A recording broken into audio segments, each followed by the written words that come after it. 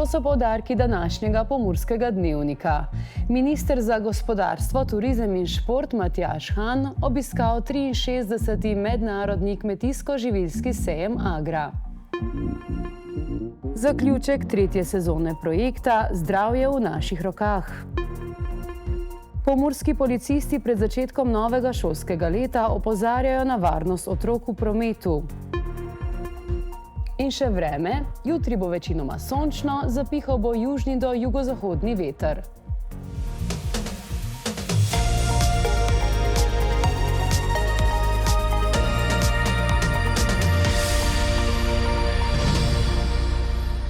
Spoštovani gledalci, cenjene gledalke, lepo pozdravljeni.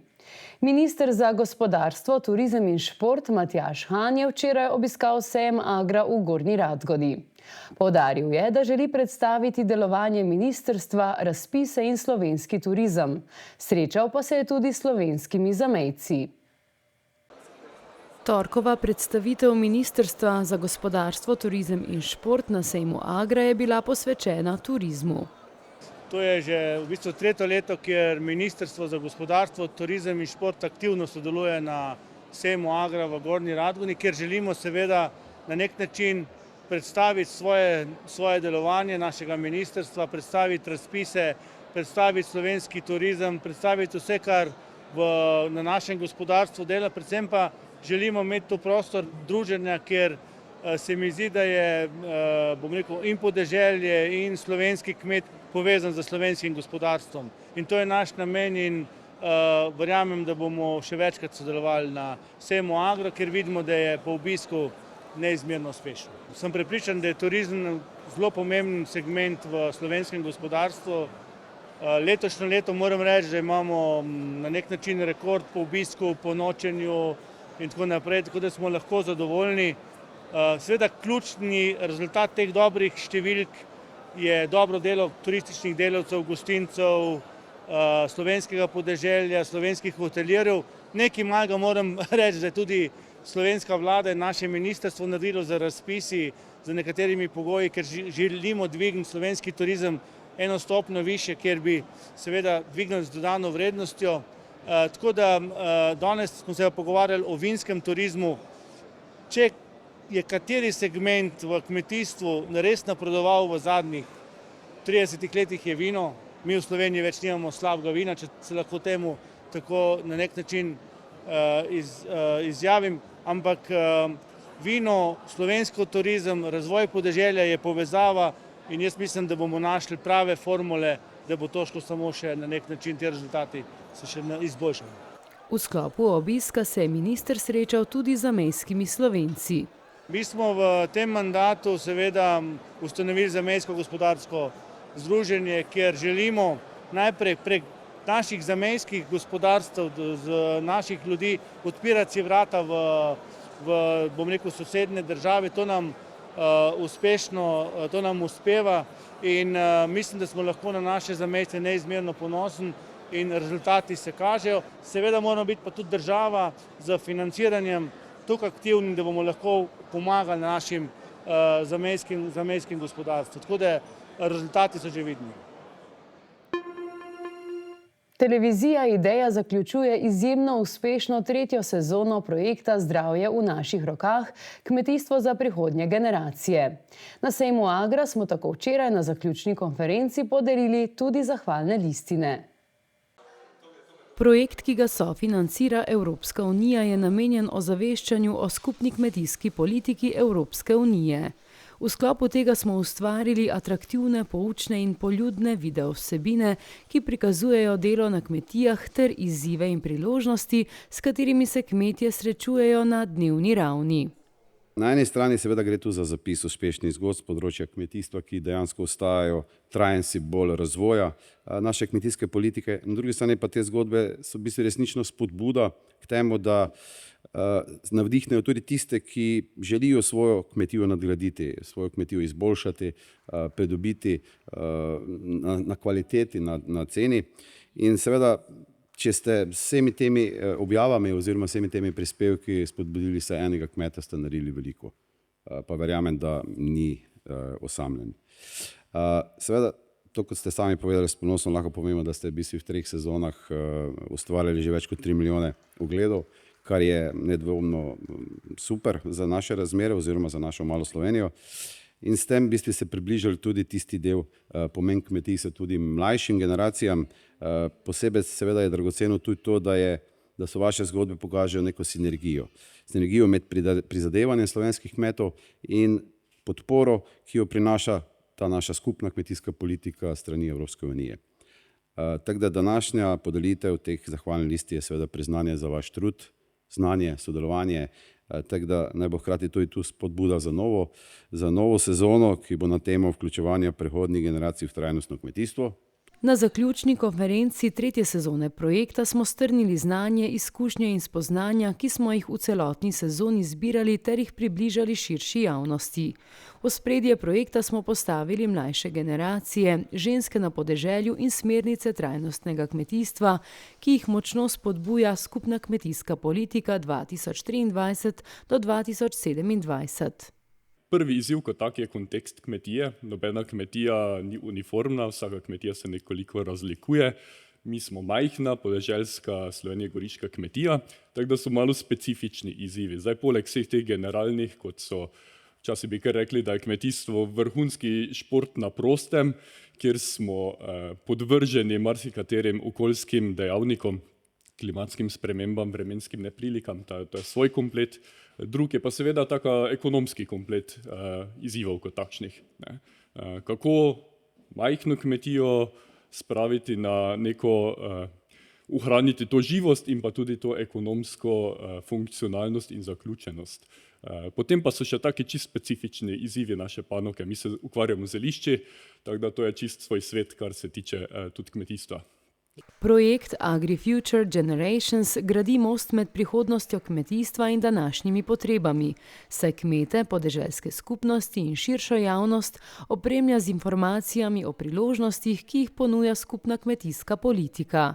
S pomočjo audiovizualnih vsebin, digitalnih kanalov in dogodkov želimo povečati razumevanje, kako lahko evropska politika neposredno prispeva k razvoju živahnega, odpornega in trajnostnega podeželja.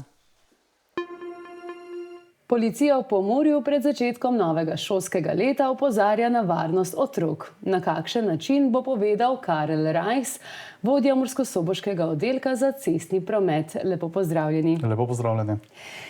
Policisti imate že pred začetkom novega šolskega leta veliko dela.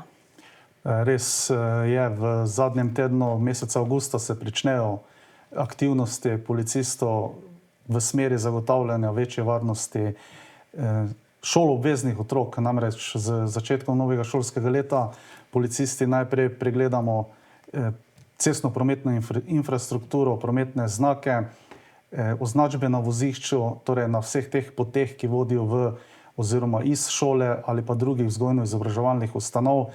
Preverimo, ali so prometni znaki dotrajani, poškodovani, ali so označbe še dovolj vidne. V primeru seveda, da so kakšne nepravilnosti, potem policisti obvestimo vzdrževalce cest, da te nepravilnosti odpravijo, zamenjajo prometne znake, na novo pobarvajo ali prebarvajo označbe na vozišču, prehode za pešce, prehode za kolesarje, avtobusna postajališča in podobno.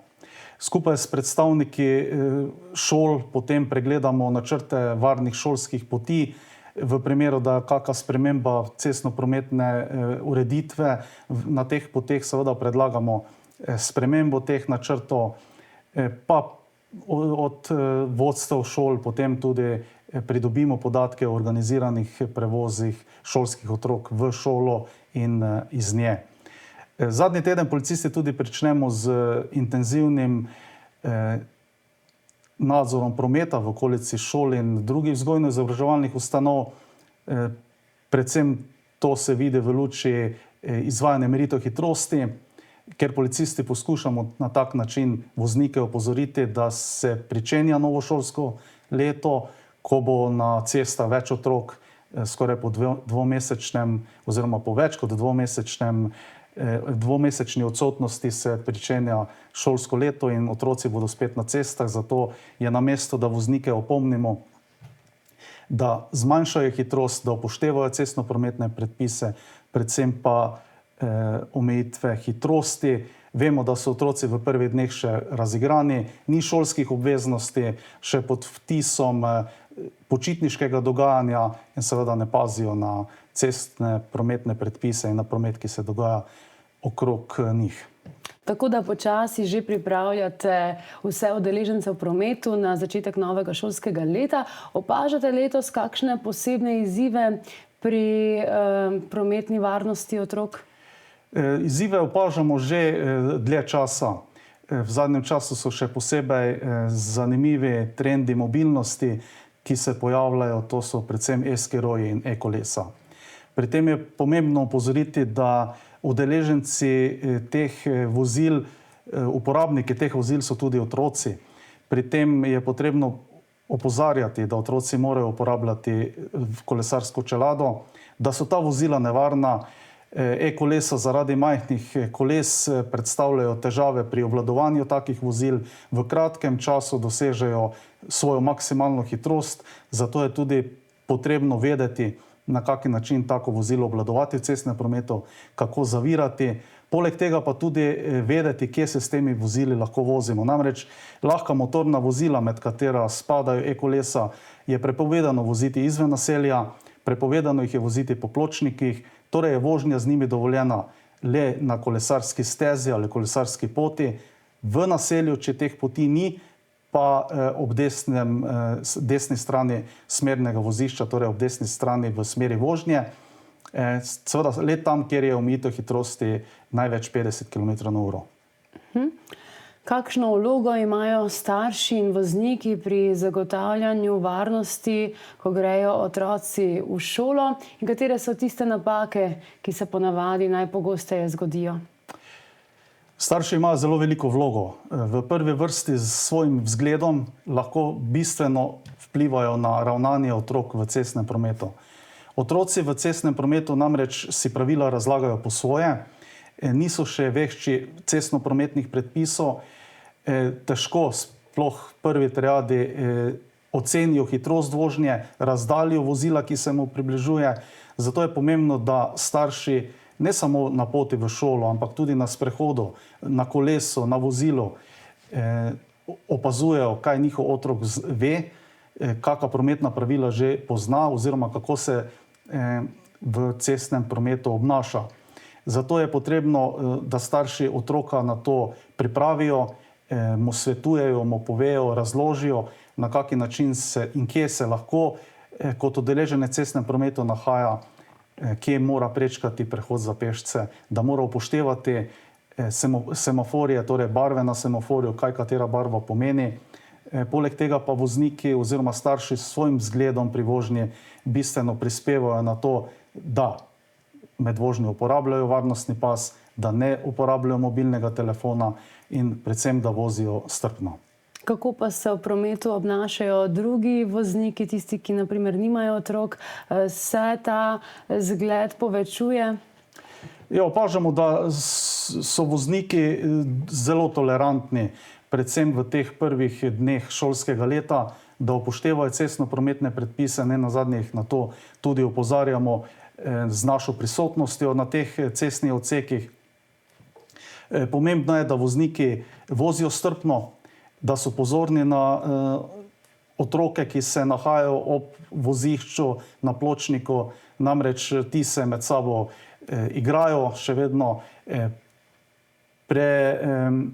porivajo in niso pozorni na cestni promet. Zato je na ostalih voznikih toliko večja odgovornost, da poskušajo predvidevati, kaj bodo otroci storili, kako se bodo obnašali in jih mogoče tudi z hupo, z trobljenjem opozoriti, da se nekoliko umirijo, ko voznik pelje mimo njih. Torej, zdaj, če na kratko povzameva, katera so tista glavna varnostna priporočila, ki jih priporočate zdaj ob začetku novega šolskega leta? Glavna varnostna opozorila so, da naj otroci uporabljajo prometne površine, ki so njim namenjene. Torej, hoja po pločniku, naj cesto prečkajo na prehodu za pešce, naj pri vožnji s kolesom, e-kolesom oziroma e-skirojem uporabljajo zaščitno kolesarsko čelado, naj starši pregledajo, ali so njihova vozila, s katerimi se otroci želijo peljati v šolo, ustrezno opremljena, vzdrževana, tehnično brezhibna in da vozniki upoštevajo omejitve hitrosti, zmanjšajo hitrost na odsekih, kjer so šole, vrtci, srednje šole in da vozniki upoštevajo cestno-prometne predpise nasploh. Karel Rajks, najlepša hvala za vse povedano in naj bo začetek novega šolskega leta kar se da miren in prijeten. Tu si tudi želimo policisti. Lepa hvala.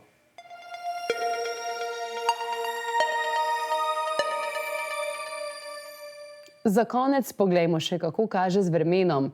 Jutri bo večinoma sončno, pihal bo južni do jugozahodni veter. Zjutraj je bilo jasno in sončno. Opoldne so v Murski Soboti in Radencih namerili 25, v Lendavi 28, v Krajinskem parku Goričko pa 24 stopinj Celzija. Jutri bo v vzhodnih krajih še večinoma sončno. Južni do jugozahodni veter se bo čez dan nekoliko okrepil. Jutranje temperature bodo od 14 do 20, najvišje dnevne od 26 do 31. Najnižje jutranje temperature v severovzhodni Sloveniji bodo v Murski Soboti in na Ptuju 16, v Mariboru 15, najvišje dnevne pa v Murski Soboti 33, v Mariboru 30, na Ptuju pa 32 stopinj Celzija. V petek bo delno jasno, možne bodo krajevne padavine. Podobno vreme bo tudi v soboto. Temperature se bodo v naslednjih dneh zjutraj gibale med 14 in 16, čez dan pa med 22 in 33 stopinj Celzija. To je bilo za danes vse, kar smo vam pripravili v naši osrednji informativni oddaji. Dogajanje v Pomurju lahko spremljate tudi preko naše spletne strani ali socialnih omrežij. Hvala za vašo pozornost in lep pozdrav!